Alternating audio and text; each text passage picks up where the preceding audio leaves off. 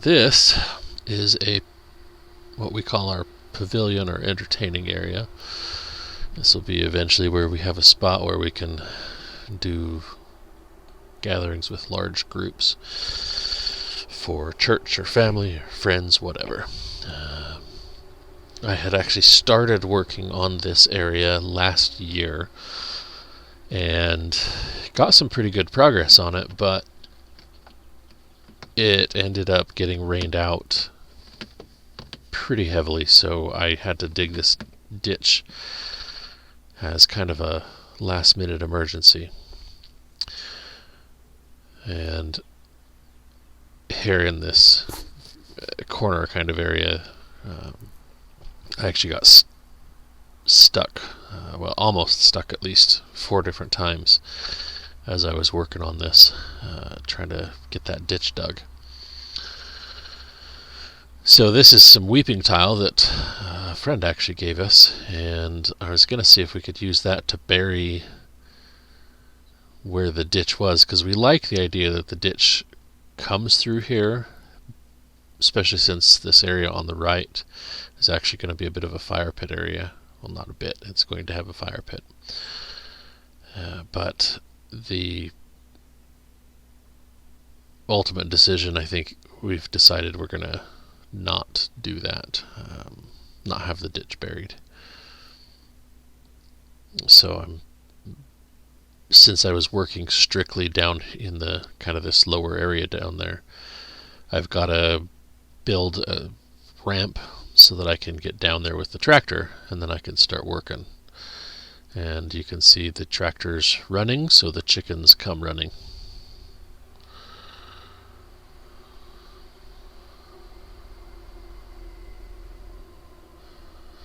I ended up deciding that for me to work this area, I'm going to have to be able to drive through there, and if I want those to be buried, then I'm going to have to redig the ditch, because I'm going to have to get 2 more of those if I do that, if I do the buried ditch, because 4 of those 6-inch pipes is basically equivalent to a 12-inch culvert, although maybe a little better since there's space around them that wouldn't be filled in. So now I'm just trying to smooth that out enough that I can actually drive on it. And then I'll turn back around here, and now I can get in here.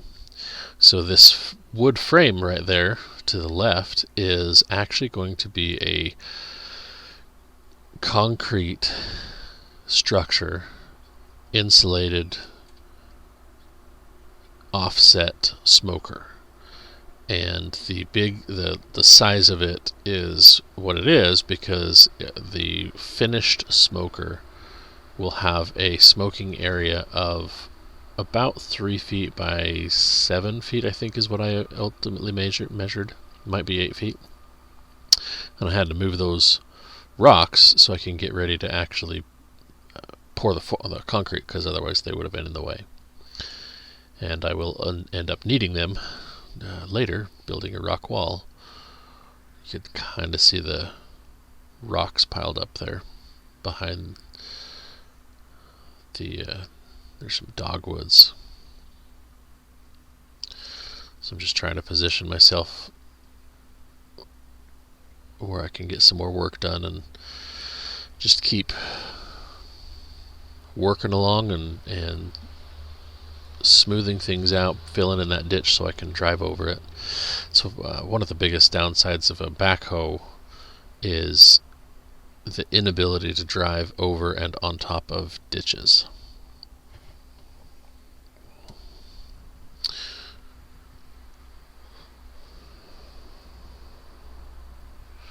And you can see this pile here that I'm taking from is stuff that was all piled up last year as I was starting to level everything.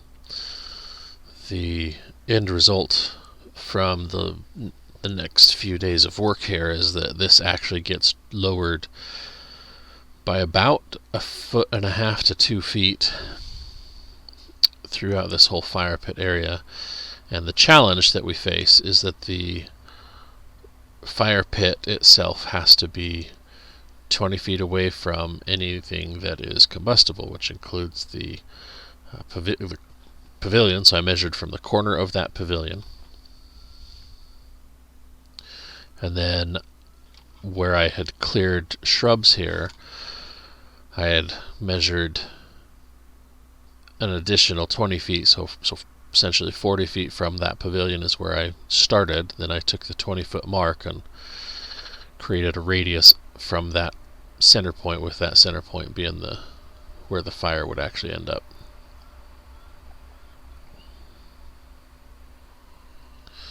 And here you'll kind of get a feel for how much this actually drops down in some areas, because that's what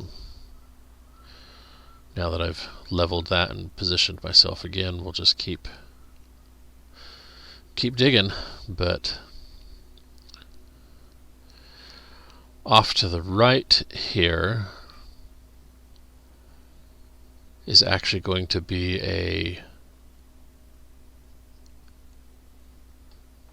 little area that will have a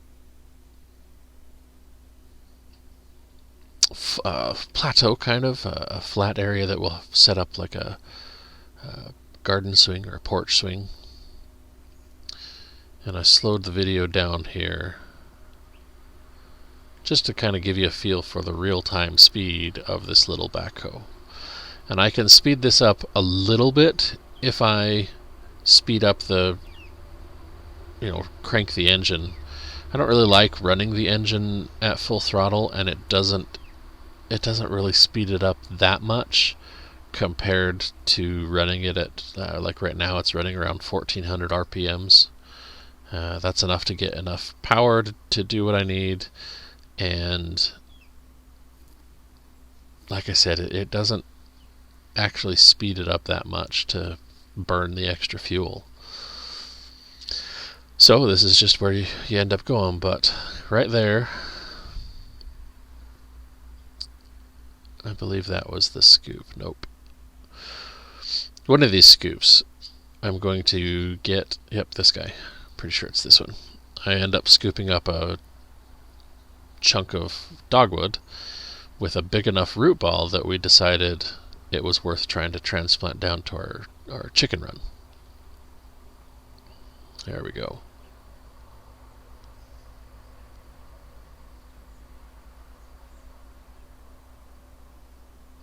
Oh, I lied.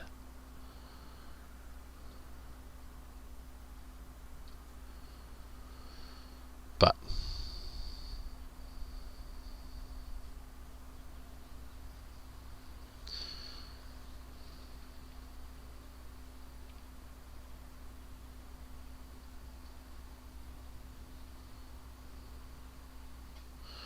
Emily was just pointing out that the chickens are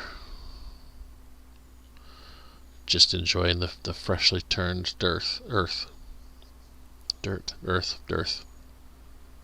Ah, that is definitely the root ball. So Emily's going to go grab a pot for me.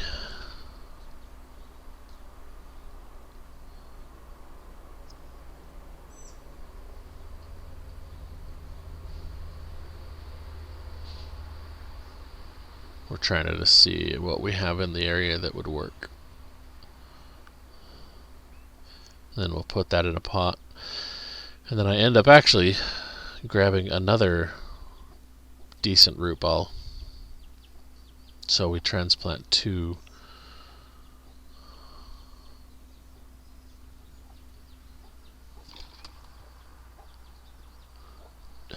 good-sized clumps.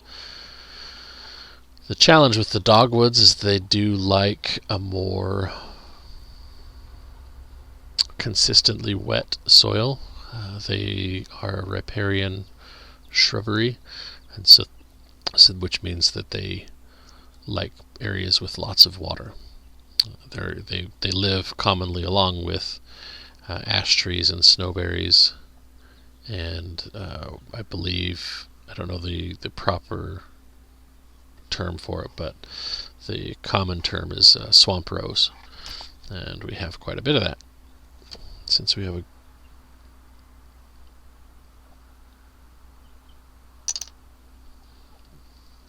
large section that is considered wetlands.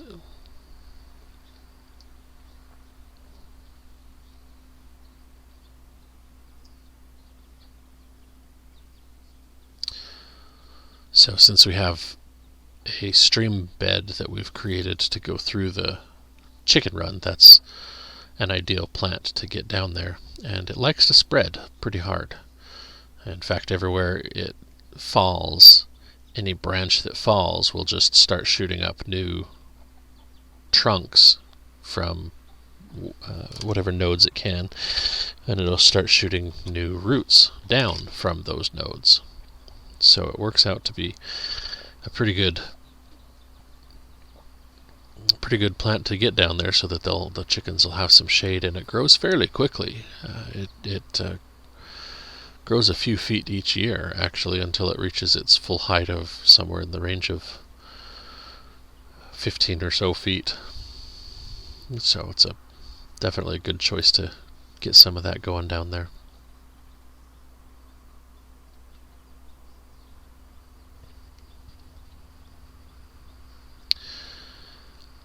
And there was the challenge with the suction cup.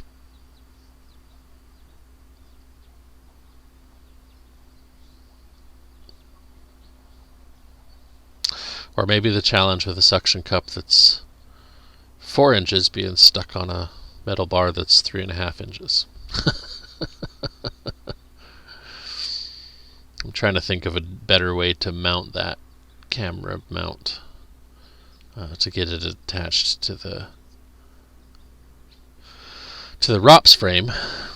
And then I won't have to deal with things like the fact that the camera angle is now changed.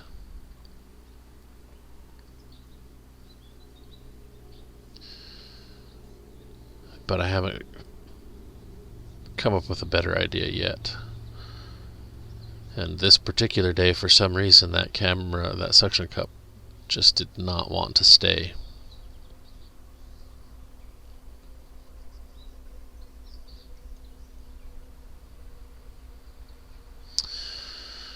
But that's enough of the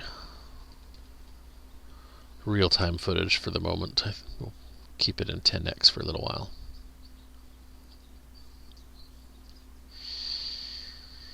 So what I've done at the moment is I've grabbed that second cluster of roots that I was telling you about.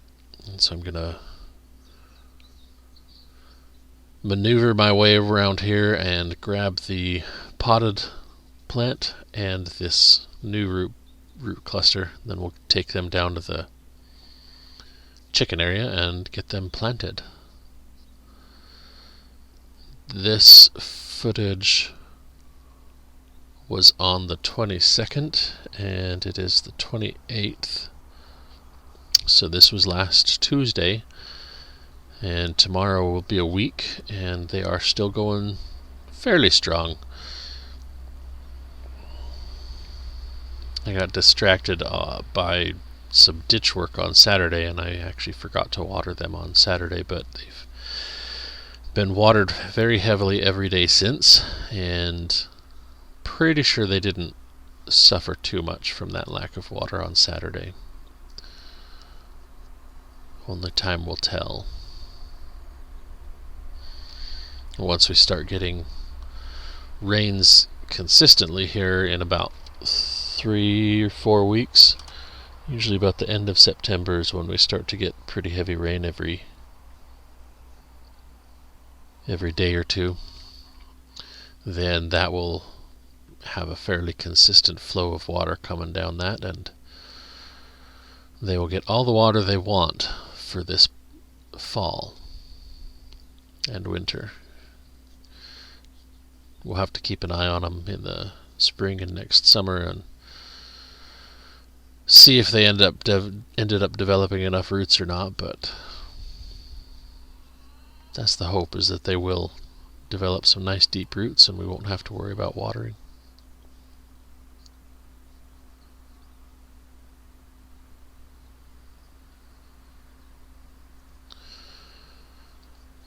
But this whole area is quite a bit different now.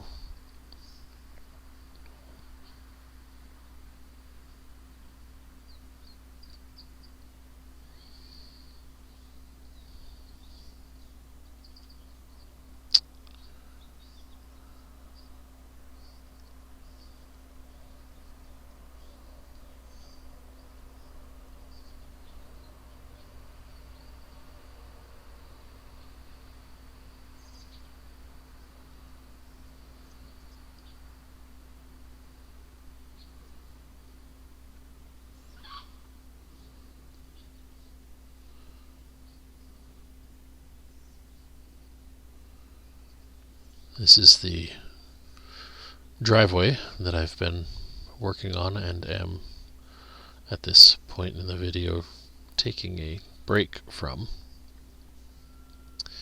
That's the downside of ADHD.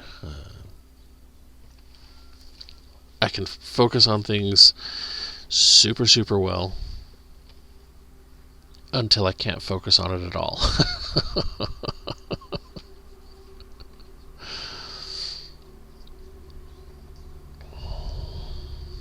And I definitely look forward to getting our barn built so that we can clear up our front yard, but it is what it is.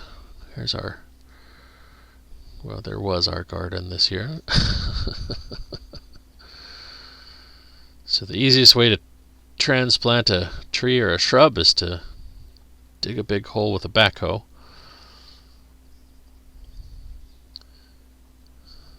Makes it quite fast work.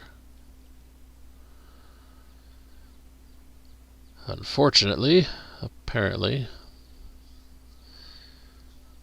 somehow this particular hole was enough that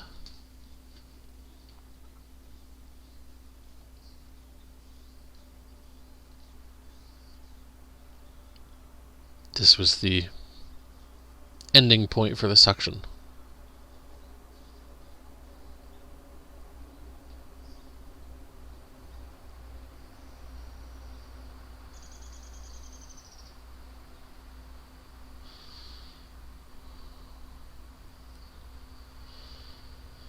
All right.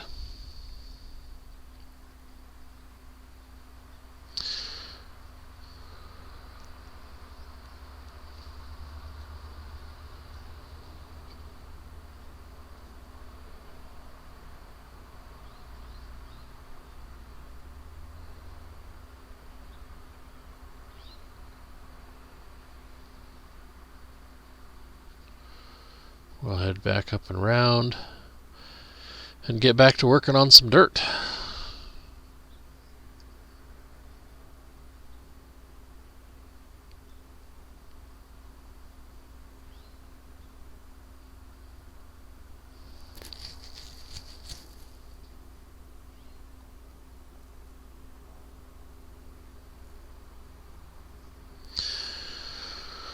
When I first started working out here with the chickens, I was really quite worried about them, and last thing I want to do is injure one of them or kill one of them. But they became rather just, I don't know, they learned pretty quick that they have to move, so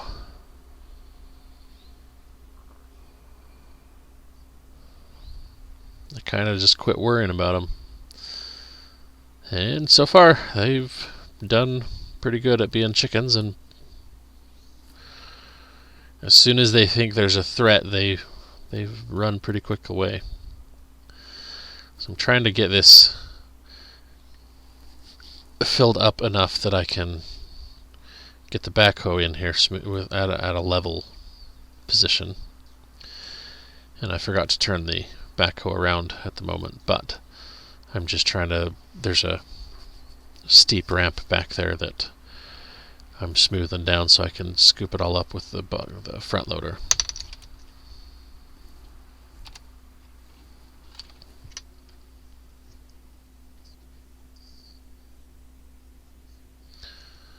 It's kind of comical watching the chickens. They get distracted by each other, so one of them will be digging and will make a noise of like pleasure that it found something, and everybody goes running.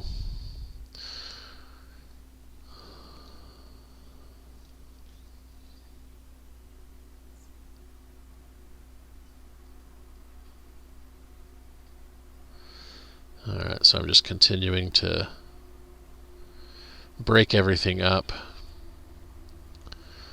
It's definitely easier on the machine and ultimately faster to use the backhoe, break everything up that I need to scoop up, and then go back in and scoop it up rather than trying to use the bucket on the front loader to force its way into the dirt and trying to break the dirt up.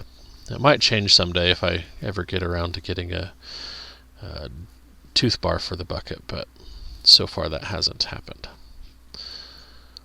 And now I'm just removing the dirt, and I decided I would use it to smooth these walkways out. So this is where I was telling you this walkway will come up to a little plateau, and then there will be another walkway that'll go up from there, and we've got a little area we're going to make a kind of a unofficial bocce play area.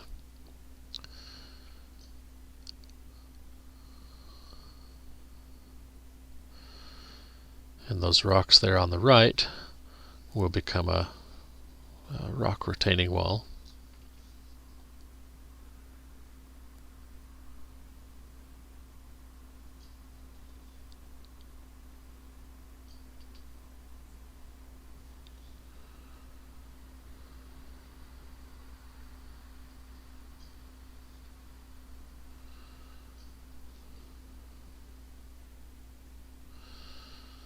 So now I've got a bunch of that moved. We turn around, we'll toss these rocks out and keep digging up here. This is the path that the rock wall is going to take, so those rocks will all get positioned in there. And I'm starting what will basically be the foundation layer of the rock wall. Grab these big rocks here and kind of get them stuck into position.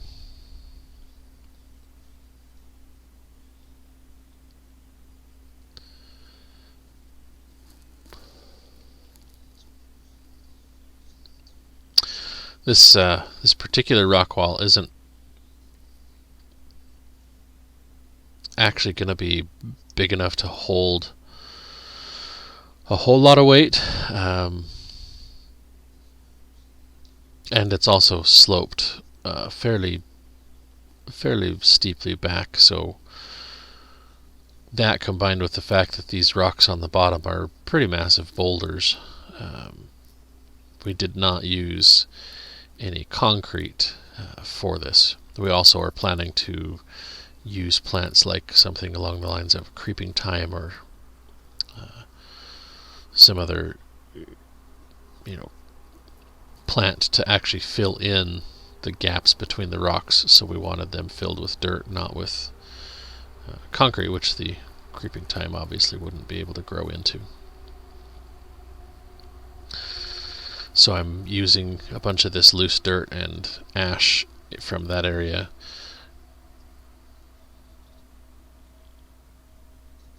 and there goes the camera again. But using the loose dirt to backfill that area, and we'll just keep working on this till we get some more footage, till it's done. Thanks for watching. We'll see you next time.